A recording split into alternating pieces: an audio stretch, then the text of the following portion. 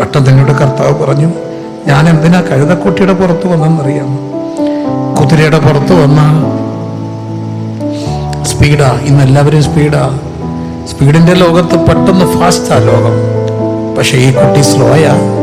ഒത്തിരി മക്കൾ ഇന്ന് സ്ലോയാ.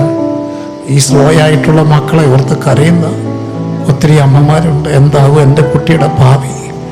ആ സ്ലോ ആയിട്ടുള്ളവനോടും ചേർന്ന് കിടക്കാൻ പെതുക്കെ വന്ന കഴുതക്കുട്ടിയുടെ പുറത്തൊരാള് പിൻപനെ മുൻപനാക്കാൻ, ജ്ഞാനികളെ ലജ്ജിപ്പിക്കാൻ, ഭോഷത്വമായി തെരഞ്ഞെടുക്കാൻ ഈ കർത്താവിന് രാത്രി ഇവിടെ വന്നിട്ടുണ്ട്.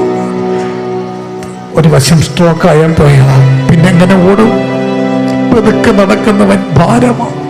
പക്ഷെ അവന്റെ കൂടെ ഇങ്ങനെ കഴുതക്കുട്ടിയുടെ പുറത്ത് കർത്താവേ നിൻ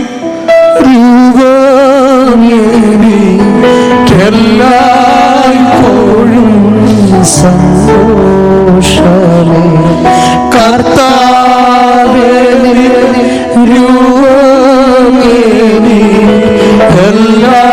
എല്ലായ്പ്പോഴും